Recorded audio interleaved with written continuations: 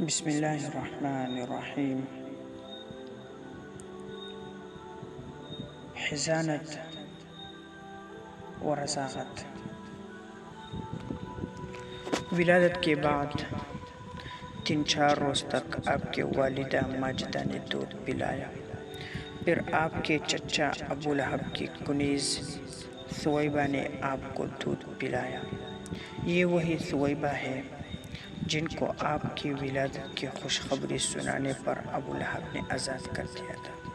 ثویبہ نے آپ کے چچا حضرت حمزہ کو بھی دودھ پلایا تھا، اس لیے چچا ہونے کے ساتھ حضرت حمزہ آپ کے رضاعی بھائی بھی تھے. ثویبہ کے بعد حلیمہ بنت ابی ذؤیب نے آپ کو دودھ پلایا. عرب میں یہ دستور تھا کہ شرفاء اپنے شیرخوار بچوں کو ابتدا ہی سے دیہات میں بیچ دیا کرتے تھے تاکہ دیہات کے صاف و شفاف آب و ہوا میں ان کے نشو و نما ہو، زبان فصیح ہو اور عرب کے اصل تمدنی و عربی خصوصیات سے جدا نہ ہو. اسی دستور کے مطابق ہر سال بنی سعد کی عورتیں شیرخوار بچوں کی تلاش میں مکہ آیا کرتی تھی. حلیمہ فرماتی ہیں کہ میں اور بنی سعد کی عورتیں شیرخوار بچوں کی تلاش میں مکہ مکرمہ آئے. میرے ساتھ میرا شوہر اور میرا ایک شیرخوار بچہ تھا. سواری کے لیے ایک کمزور گدی تھی اور ایک اونٹنی تھی جس سے دودھ کا ایک قطرہ بھی نہیں نکلتا تھا. خود میرے پستانوں میں اتنا دودھ نہ تھا جس سے بچہ سیر ہو سکے. سب عورتوں نے بچے لے لیے، صرف حلیمہ خالی رہ گئی. کوئی عورت ایسی نہ تھی جس پر آپ نہ پیش کی گئی ہو، لیکن سب نے یتیم سمجھ کر انکار کر دیا کہ جس کا باپ ہی نہ ہو اس سے حق الخدمت ملنے کی کیا امید ہو سکتی ہے. کسی کو خبر نہ تھی کہ یتیم نہیں بلکہ در یتیم ہے. یہ وہ مبارک مولود ہے جس کے ہاتھوں میں قیصر و کسریٰ کے خزانوں کی کنجیاں رکھی جانے والی ہے. دنیا میں اگرچہ اس کا باپ حق الخدمت ادا کرنے والا نہیں، لیکن رب العالمین جو زمین و آسمان کے بے شمار خزانوں کا مالک ہے، وہ اس یتیم کا والی اور مربی ہے اور اس کی پرورش کرنے والوں کو وہم و گمان سے زیادہ حق الخدمت دینے والا ہے. جب روانگی کا وقت آیا تو حلیمہ کو خالی ہاتھ جانا اچھا نہ لگتا تھا.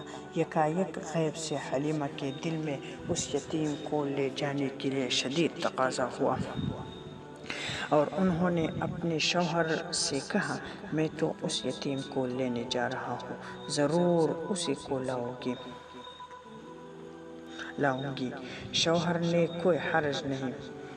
شوہر نے کہا کہ کوئی حرج نہیں، شاید اللہ تعالیٰ اس بچہ کو ہمارے لیے خیر و برکت کا سبب بنا دے.